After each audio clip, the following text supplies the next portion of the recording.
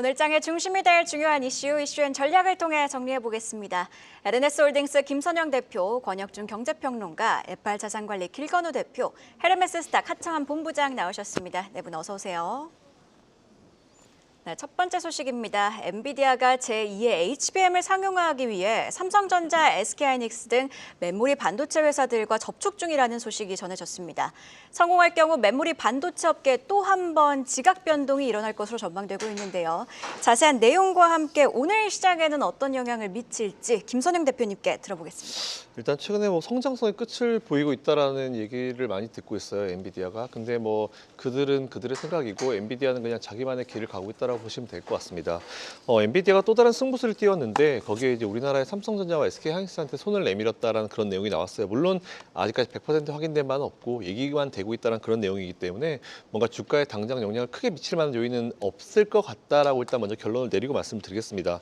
일단 그렇다 하더라도 국내 이제 반도체 회사들과 좀 극비리에 좀 뭔가 접촉을 하고 협의를 하고 있다는 그런 내용인데 극비리라고 했으면 이렇게까지 소문은 안 났겠죠.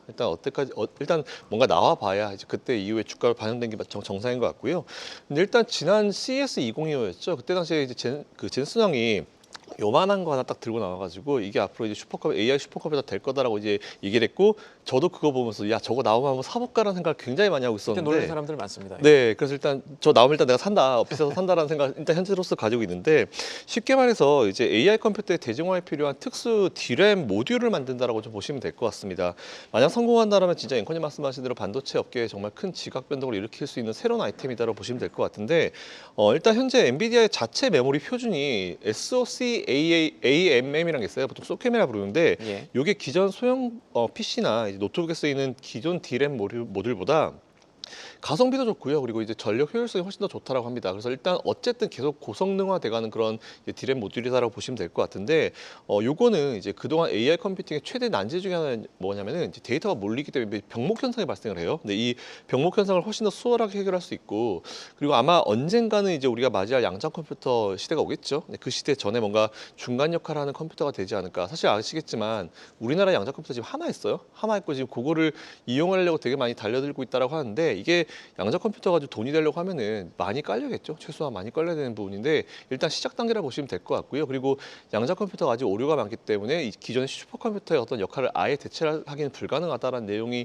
사실 일반화돼 있어요. 그렇기 때문에 그 전에 분명히 이제 슈퍼컴퓨터가 우리 일상으로 들어온 시대가 올 것이고, 거기다 AI까지 덮어버리게 되면은 양자 컴퓨터로 가는 그 중간다리 역할을 분명히 할 거다라고 보고 있습니다. 일단 이 소캠의 출현으로 삼성전자, SK하이닉스뿐만 아니고 국내의 심텍이나 TLB 같은 이 소캠용 밑에 보면 이제 기판 공급을 위한 업체들까지 좀 관심을 가질 필요가 있을 것 같다고 하는데, 굳이 저는 이제 소캠까지 안 간다 하더라도 기존에 이런 기판 관련 기업들은 계속 관심을 가져야 되는 그런 라인이기 때문에 그 부분 체크해 보시면 될 것 같고요. 기존과 뭔가 달라지는 건 없다라는 말씀 드리겠습니다. 그 관련 내용에 구성을 보니까 이 소캠의 저전력 D램 DPDDR5X 4개가 결합됐다고 하는데, 그렇다면 오늘 우리 시장에서 이 LPDDR5 관련주들이 움직일 가능성도 있을까요? 근데 일단 앞에서 말씀드린 대로 뭔가 비접촉, 이제 극비리의 협상만 하고 있는 수준이기 때문에 이게 주가로 사실 올라가고 반영되는 것 자체가 좀 웃겨요. 왜냐하면 이제 만일 반영돼서 올라가면 단기적인 어떤 재료로 끝날 수밖에 없을 것 같고요. 뭔가 명확한 게 아직 나온 게 없기 때문에 이거 가지고 주가 올라가는 거 사실 제 개인적으로 그렇게 딱히 달갑지는 않습니다. 적어도 이제 촉을 갖고 제대로 된 뉴스들이 나올 때까지 미리 살펴보는 정도로는 의미가 있을 것 같고, 이 소프트캡뿐 아니라 이 CXL도 그렇고요. 지금 넥스트 HBM을 찾으려는 시도가 시장에 계속 들리고 있는 것 같습니다. 이 국내 반도체 업계에 또 어떤 새로운 기회를 제공하게 될지 한국경제TV와 함께 살펴보시죠. 다음 소식 살펴보겠습니다. 이번에 봐야 될 거는 트럼프 대통령 얘기를 또 해야 될 것 같아요. 트럼프 대통령이 거침없이 휘두르고 있는 관세 칼날 얘기입니다. 이번에는 변압기 업계가 불안합니다. 과거 1기 당시에 반덤핑 관세 피해를 크게 입었던 경험들이 우리 업체들이 있었기 때문인데, 주요 업체별 타격 가능성 권혁중 평론가에서 좀 비교를 해주셨으면 좋겠습니다. 네, 그렇습니다. 실제 이제는 반덤핑 관세가 트럼프 1기 때 이제는 적용이 됐었던 부분이 있습니다. 그때 그래서 많았죠.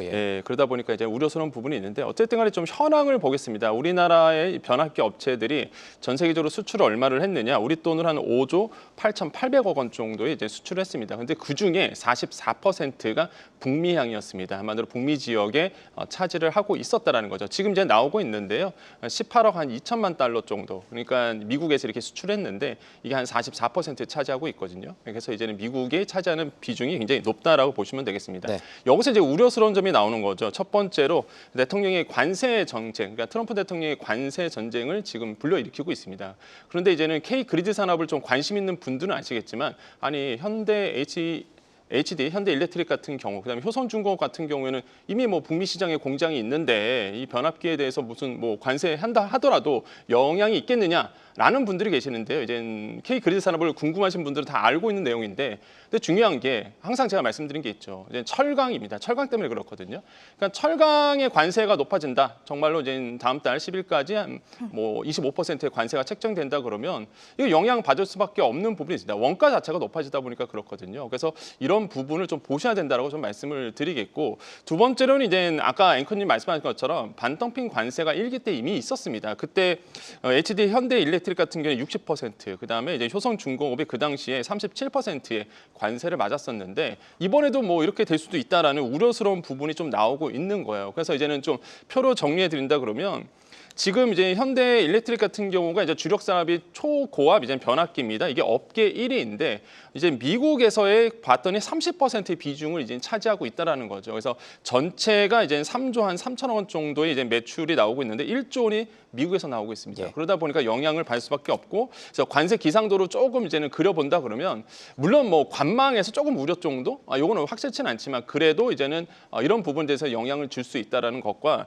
효성중공업도 초과압 변압기가 이제 산업인데요. 이게 20% 후반 정도의 비중을 차지하고 있습니다. 근데 반면에 이제 LS 일렉트릭 같은 경우에는 조금 이제 낮습니다. 왜냐하면 주력 산업이 이제 초과압 변압기가 아니라 저압 변압기거든요.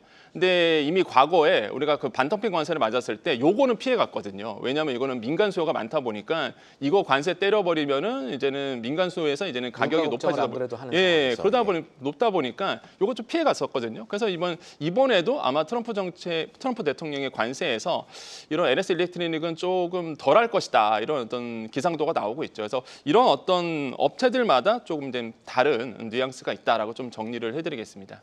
네, 이렇게 관세 기상도까지 그려주셨는데요. 4월 미국에 수출한 초과압 변압기에 대한 반덤핑 관세율이 최종 결정될 것으로 예고되고 있습니다. 그 사이 관련주 흐름 계속해서 체크해봐야 될 것 같네요. 계속해서 이번에는요, 시장 전반에 대한 이야기 한번 해보도록 하겠습니다. 거래 대금도 늘고 있고 소위 비투라고 하는 신용 융자 잔고도 늘고 있는데, 그런데 외국인 수급 상황은 좋지만은 못한 상황입니다. 외국인들의 코스피 보유 주식 비중이 1년 5개월 만에 최저치를 기록하는 등 이탈은 계속되고 있는데요. 자, 이제는 좀 돌아와 줄 때가 된 것 같은데, 주목해볼 만한 복귀 모멘텀은 어디서 찾아봐야 될까요, 길건우 대표님? 최근에 이제 외국인들 수급 자체가 길게 본다라고 하면 순매도가 이제 조금 더 강하기 때문에 야, 별로 안 좋은 거 아니야라고 이제 생각하시는 측면도 있고요. 반대로 더 이상 이탈하는 건 쉽지 않다라고 이제 생각하는 측면도 있는데, 결론부터 말씀드린다라고 하면 저는 괜찮을 것 같습니다. 뭐 저번 주에 이제 외국인들 같은 경우에도 사실은 삼성전자와 SK하이닉스, 뭐 그다음에 방산 관련 기업, 뭐 철강도 그렇고요. 많은 기업들도 이제 매수하기도 했고요. 흐름 자체는 지금 외국인들 같은 경우에는 트럼프 1기 때를 한번 복귀를 한번 해보는 것 같아요. 왜 그러냐면 트럼프 1기 때도 기존에 당선됐을 때 환율이 많이 올랐다가요. 당선 시점 되니까 환율이 많이 떨어졌습니다. 그때 외국인이 조금 들어왔다가요. 다시 관세 얘기가 나오고 나서 환율이 많이 움직였거든요. 그러다 보니까 요 시기에 지금 딱 겹친다라고 생각을 해보신다라고 하면 조금 주춤할 수밖에 없는 시기다라고 생각을 하시면 될 것 같고, 지금 외국인 순매수 상위 종목 보시면 아시겠지만 굉장히 골고루 들어옵니다. 뭐 1, 2위에 반도체 있고요. 그다음에 뭐 원전도 있고요. 방산, 철강, 그다음에 소프트웨어, 2차 전지, 전력, 금융까지 골고루 다 들어가 있거든요. 그리고 최근에 흐름 자체를 보신다라고 하면 저는 국내 증시 나쁘지 않다라고 봅니다. 근데 이제 여기에 플러스 알파 환율 외에도 뭐 불안한 움직임은 분명히 있기는 합니다. 국내 정치 관련된 이슈가 아직 명확하게 해결된 건 아니거든요. 그래서 정치적인 변수에 따라서 외국인의 수급은 조금 바뀔 수도 있다라는 거 한번 체크해 보시는 게 좋을 것 같고요. 플러스 알파로 본다라고 하면 최근에 국내 섹터 자체가 저는 크게 빠지는 섹터는 없다라고 봅니다. 왜 그러냐면 뭐 저희가 흔히 얘기하는 조선, 방산, 전력 같은 경우도 최근에 흐름들을 보신다라고 하면 차익 실현은 나오기는 합니다. 근데 그렇게 크게 빠지지는 않거든요. 그만큼 이제 국내 증시가 조금 탄탄하게 가고 있다라고 보시면 될 것 같고, 관세 이슈도 의외로 해외 지수들을 체크해 보신다라고 하면 그렇게 크게 저는 개인적으로는 걱정을 안 해도 되지 않을까라고 예상이 되는 게 지금 유럽도 마찬가지고요. 그다음에 뭐 홍콩 항생지수도 마찬가지고 지금 본토도 마찬가지고 전반적으로 최근에 일주일 동안 흐름을 보신다라고 하면 지수 굉장히 탄탄하게 가거든요. 그래서 특히나 유럽 같은 경우 관세 걱정 더 큰데도 막 그렇게 그럼에도 하지 않았다. 불구하고 예. 잘 간다라는 거는 의외로 기존에 우려했던 거 대비해서 그렇게 세게 안 나온다. 라고 생각을 해보시면 될 것 같고, 그다음에 트럼프 입장에서도 관세를 무턱대고 올릴 수가 없는 게 미국 자국 내의 물가도 신경을 안 쓸 수는 없거든요. 그런 측면에서 본다라고 하면 정치적인 쇼에 플러스 알파 돼서 조금 우려감이 굉장히 큰 거 아닌가라고 글로벌 증시가 조금 받아들이고 있다라고 생각을 하시면 될 것 같고요. 그렇다라고 하면 국내 증시는 뭐 그렇게 크게 저는 개인적으로는 걱정할 필요는 없다라고 봅니다.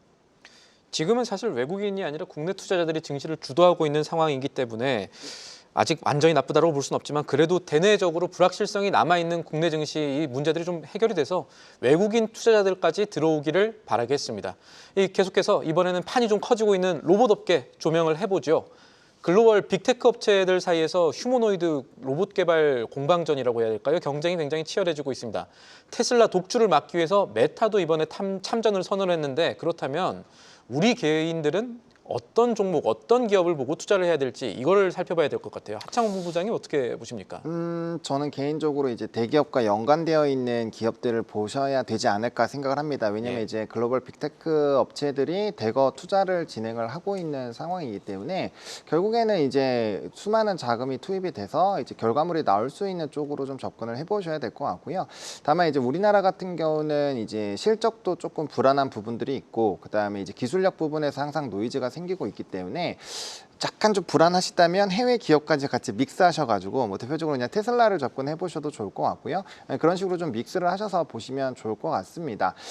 근데 이제 휴머노이드 같은 경우는 저는 뭐 AI 소프트웨어가 발달이 되면서 가장 끝으로 들어가는 이 기기라고 생각을 하고 있거든요. AI가 머리가 되면 이제 그렇죠. 몸이 이제 만들어져야 되니까. 네, 근데 저는 요즘에 이제 AI를 좀 이해를 해보고 싶어서 AI 소프트웨어를 많이 구독을 해서 좀 보고 있는데, 요새 구독 강조를 좀 해주시고 계신 것 네, 같은데. 왜냐면 이게 예. 사실 실제로 이용을 많이 해보시는 분과 안 해보신 분들은 좀 이게 많이 갭이 있을 거거든요. 아하, 단순히 예. 외부에서 뭐 구독 경제가 늘어날 거야 보다 실제로 사용을 해보고 업무에 적용을 해봤을 때 이게 얼마나 빨라지는지를 경험을 해보면 이 시장은 참 커질 수 있겠구나를. 경험을 해보셨군요. 네, 예. 그래서 제가 요즘에는 뭐 뮤직 만드는 거랑 이제 이 11랩스라고 해서 AI 음성을 입혀서 예. 이제 데이터 만드는 것까지 막 다 해보고 있는데 정말 좀 신기합니다. 업무도 속도가 굉장히 빨라지고 뭐 퍼플렉시티를 이용하면 이제 근거 단 자료까지 뭐 빠르게 다 체크를 할 수 있고, 그러니까 그런 것들이 다 되게 됐을 때 정말 단순 반복 업무 같은 경우는 웬만한 부분은 빠르게 좀 대처가 될 수 있지 않을까라고 보고 있고요.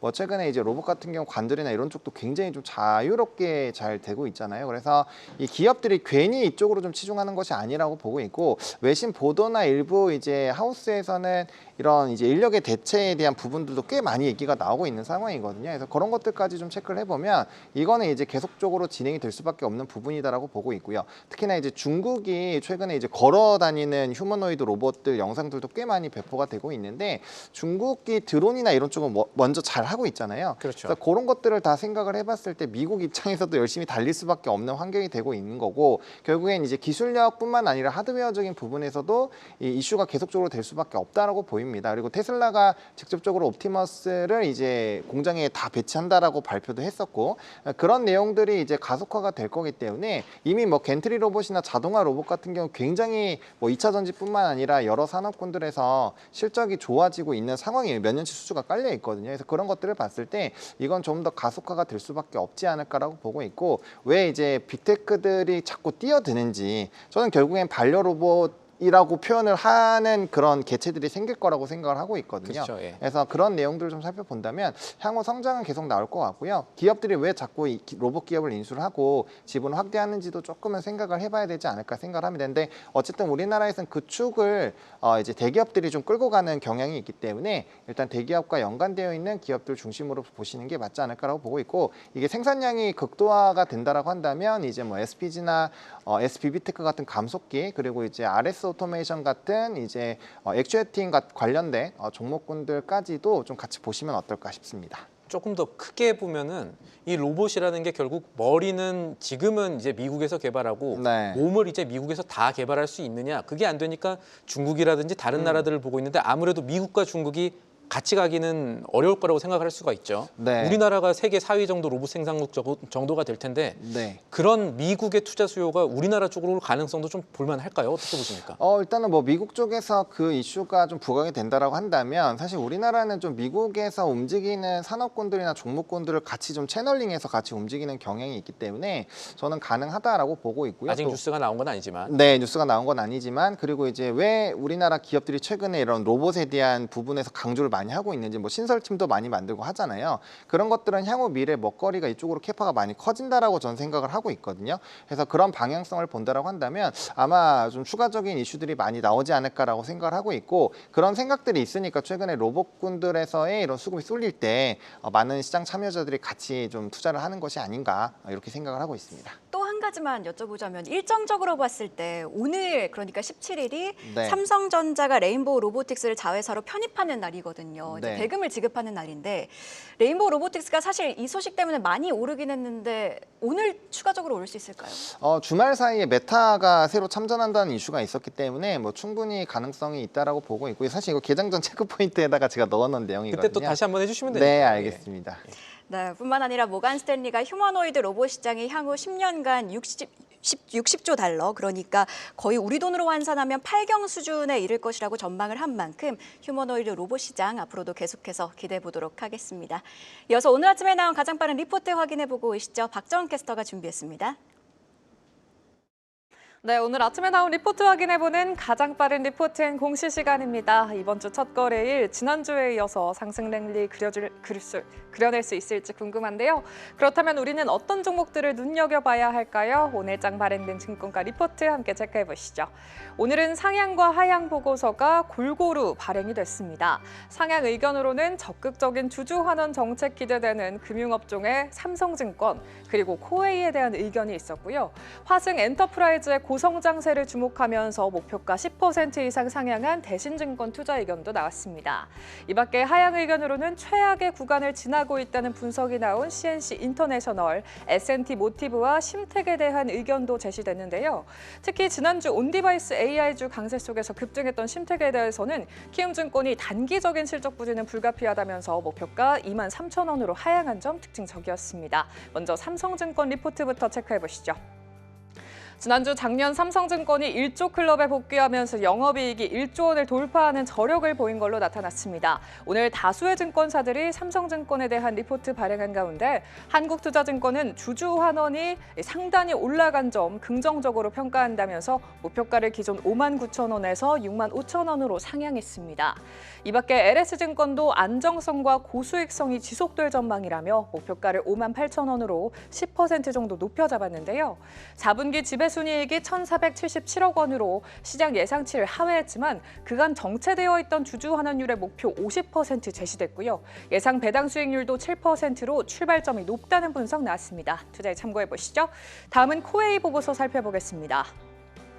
코웨이가 제2의 전성기를 맞이하고 있습니다. 4분기 소비 환경이 어려웠지만 그럼에도 불구하고 국내외 호실적을 달성하면서 남다른 행보 펼치고 있는데요. 안정적인 사업 모델과 높은 해외 매출 비중을 토대로 고성장 거듭하고 있다는 분석 나왔고요. 신한투자증권은 목표가를 10만 원으로 끌어올리면서 공격적인 주주 환원도 긍정적이라고 짚어냈습니다. 지금까지 가장 빠른 리포트앤 공시 박정원이었습니다.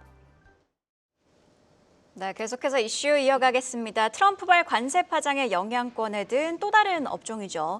배터리 업계도 한번 진단해 보도록 할 텐데요. 4월부터 수입 자동차의 관세 부과 계획을 밝히면서 배터리 업계가 긴장을 하고 있습니다. 전기차 캐즘으로 어려움을 겪고 있는 배터리 업계. 그런데 생산 거점이 어디냐에 따라 오히려 기회가 될 수도 있다는 분석들이 나오고 있습니다. 셈법이 아무래도 좀 복잡해지는 것 같은데요. 김선 대표님 어떻게 보고 계실까요? 지금 매일매일 나오는 것 같아요. 너무 이제 관세 관련 이슈가 매일매일 나오고 있고 각 업종을 다 때리고 있기 때문에 아마 정신이 없으실 텐데 앵커님 말씀하신 대로 이번에 수입 자동차 관련으로 부과하겠다는 내용이 나왔습니다. 일단 근데 K배터리 영향을 미치지 않을 수가 없을 것 같은 내용인데 관세가 일단 기존 이제 테크트리 이렇게 됩니다. 이제 관세가 현실화되면 전기차 생산 비용이 증가하게 되고 차량 가격이 증가하게 되고 소비가 떨어지고 이렇게 되면 전기차 수요 감소가 될 것이다라는 그런 기본적인 테크트리인데 그냥 뭐 생각할 수 있죠. 대학생도 생각할 수 있는 그런 내용들이고요. 일단 중요한 포인트가 뭐냐면은 일단은 완성차 업체들의 주요 생산 거점이 어딘지 앵커님 말씀하신 대로 그게 진짜 중요할 것 같습니다. 근데 이제 사실 이게 과연 이 역량에 따라서 이제 K배터리 3사의 역량을 줄 것인가에 대한 부분이 좀 많이 걱정이 되시는 것 같은데 일단 4월 2일자로 이제 수입차 관세 부과 계획은 나오긴 나왔어요. 근데 일단 현재 멕시코와 캐나다 쪽에다가 이제 관세를 때리겠다, 25% 관세를 먹이겠다라는 그런 내용이 나왔는데 일단 현재 업계에서는 뭔가 계속 불확실한 상황이 진행되니까 지금 업계에서 할 수 있는 건 뭐냐면은 이제 여러 가지 시나리오를 짜는 거죠. 그러니까 여러 가지 생각을 한번 해보고 이렇게 되면 이렇게 대응하고 이렇게 되면 이렇게 대응하고 그런 거기 때문에 이제 일단은 뭔가 확정된 건 전혀 없다라는 게 팩트인 것 같습니다. 아무도 방향을 몰라요. 근데 중요한 포인트가 뭐냐면은 지난 트럼프 1기 때와 2기 때 분명히 이제 증시가 받아들이는 게 좀 다르거든요. 이게 왜 받아들이는 게 다르냐면은 1기 때는 그냥 일단 때리니까 야 우리 큰일 났네라고 그냥 막상 얻어맞기만 했는데 2기 때는 이제 명확한 거죠. 아 니들이 진짜 원하는 상대가 있구나. 우리는 그냥 지나가는 그냥 겉다리구나라는 생각이 있기 때문에 일단 그런 거에 대해서 좀 안정감을 좀 가진 것 같아요. 그래서 일단 단기적으로는 좀 영향을 받을 수 있을 것 같은데 장기적으로는 이제 미국의 현지 공장을 가지고 있는 그런 기업들은 크게 염려할 필요가 없을 것 같다. 오히려 기회다라는 생각을 가지고 있고요. 우리가 하나씩 좀 살펴보면은 LG에슬 같은 경우는 이미 뭐 GM, 포드, 테슬라와 함께 얘기 많이 합니다. 사업 얘기 많이 하고 있고 그리고 공장도 현재 지금 총 한 7개 정도를 운영하고 있거나 건설하고 있기 때문에 큰 영향을 받을 것 같지는 않고요. 그리고 뭐 근데 문제가 뭐냐면 LG엔솔의 일부 그 배터리를 탑재한 모델이 멕시코 공장에서 만들어지고 있기 때문에 이게 들어올 때 문제가 된다라고 하는데 결국은 이 배터리가 또 어디 들어가냐면 미국 자동차에 들어가요. 되게 웃긴 게 뭐냐면 이제 멕시코에서 생산된 미국 자동차에 관세를 먹이겠다라고 하는 건 당연히 미국을 살리겠다라는 관세인데 사실 이게 좀 아이러니해서 이게 다들 그렇기 때문에 이제 이게 뭔가 이제 하는 척만 하고 말 거다라고 이제 생각한 액션이기 때문에 너무 걱정할 필요 없을 것 같다는 생각을 가지고 있고요. 뭐 이에 반해서 SK온과 삼성 SDI 같은 경우는 조금 낮죠. 뭐 대부분의 그 배터리 탑재 차량들이 대부분 미국 내에서 생산되기 때문에 뭐 직접적인 영향은 없을 것 같다고 생각되지만 사실 그나마 이 세 가지 기업 중에 LG엔솔이 좀 영향권에 미치지 않을까라고 생각했지만 그 LG엔솔 자체도 이제 멕시코에 생산되는 그 모델 자체가 뭐 GM, 포드, 테슬라에 다 들어가는 거기 때문에 다 미국 기업이에요. 그렇기 때문에 뭐 굳이 뭐 우리가 나한테 침뱉는 그런 액션을 미국이 할 거다라고 보지 않아가지고 큰 걱정하실 필요 없을 것 같습니다. 쉽게 말하면 김 대표께서는 이 이슈는 실제 영향보다 공포가 조금 더 큰 상황이다 이 정도로 보고 계신 거죠? 네, 지금 시장 자체가 너무 지레겁을 많이 먹고 있는 것 같아요. 그 정도로 정리를 하겠습니다. 네. 어쨌든 미국 현재 생산 거점 둔 기업한테는 장기적으로 나쁘지 않다는 분석까지 들어봤고요. 이번엔 트럼프 시대 이 수혜를 또 반대로 제대로 받고 있는 조선업계에 초점을 맞춰 보겠습니다. 미국의 이 LNG 화석연료 우선 정책 그리고 중국 조선사에 대한 블랙리스트 증자에 같이 이제 우리 조선업계에 유리한 정책들이 계속 나오고 있습니다. 그래서 조선 3사에 결국 발주가 쏟아질 것이다, 수주 잔치가 열릴 것이다 이런 기대까지 커지고 있습니다.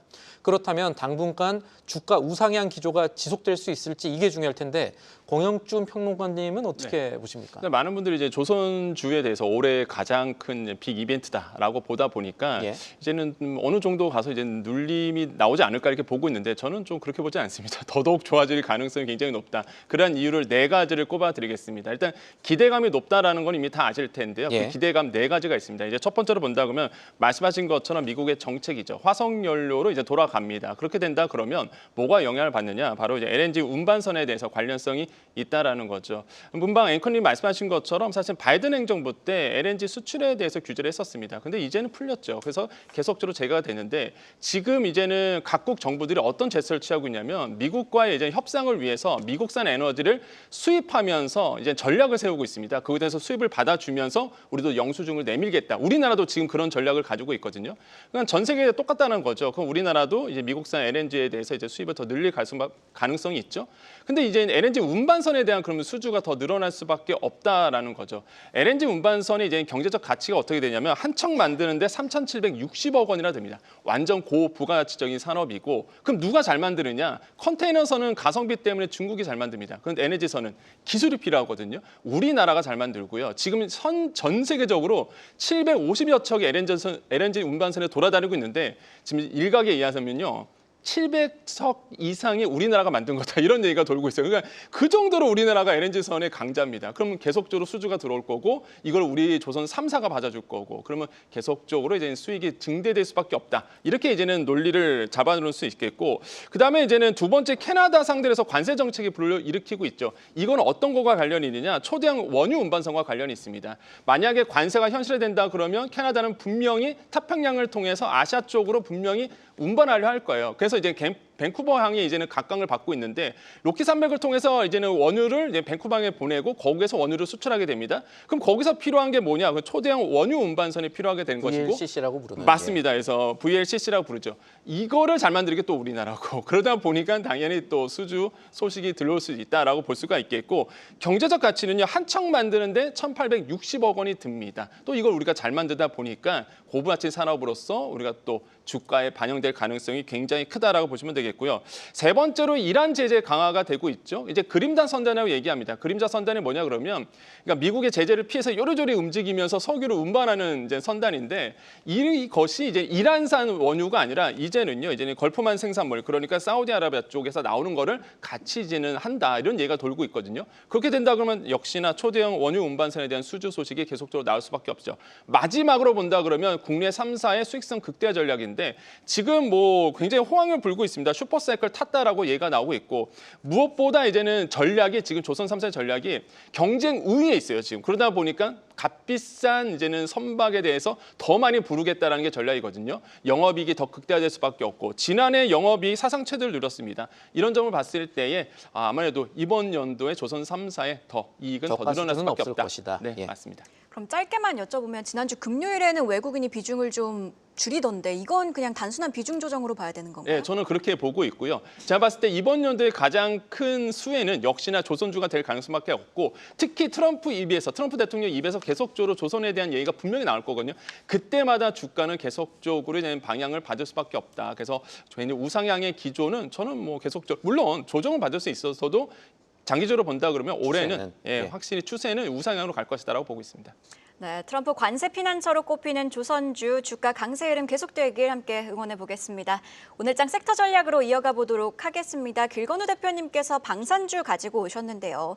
역대 최대 실적에 트럼프 행정부의 수혜까지 더해져서 연일 신고가를 갈아치고 있는데요.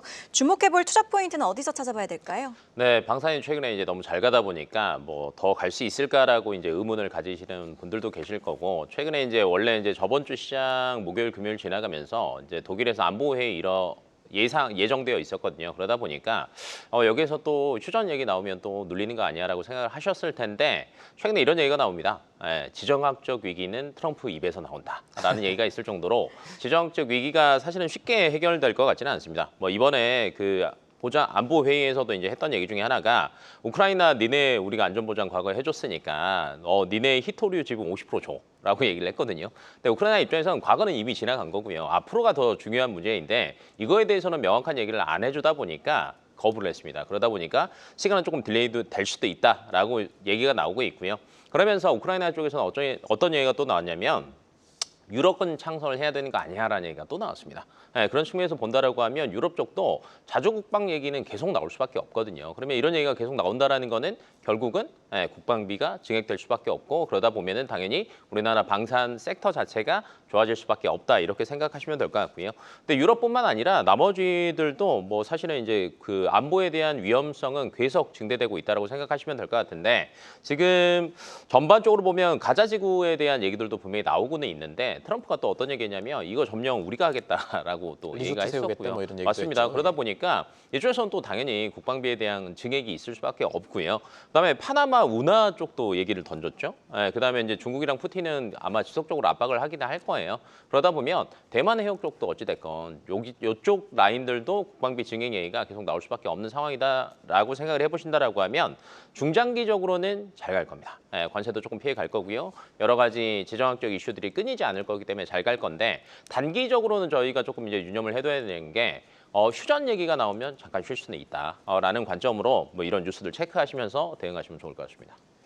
네, 마지막으로 하청환 본부장과 함께 오늘 개장 전 체크해야 할 포인트 정리해 보겠습니다. 네, 지난 미국 금요일장은 좀 쉬어가는 흐름이었고요. 그래서 야간 선물도 플러스 0.18% 상승했습니다. 일단 외국계 수급 동향 보시면 미주 수급이 굉장히 좋았기 때문에 반도체 쪽은 좋을 확률이 상당히 높고요.